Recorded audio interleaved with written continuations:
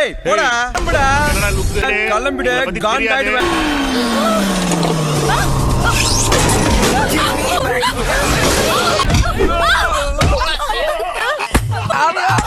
ஏய் கால் கூட்டு வரியா? உட்காரு உட்காரு. சூசைட் பண்ற ஆளாடி நீ? சூசைட் பண்ணிக்கிற மூஞ்சியா அது? அவருடைய அவங்க சொல்லு.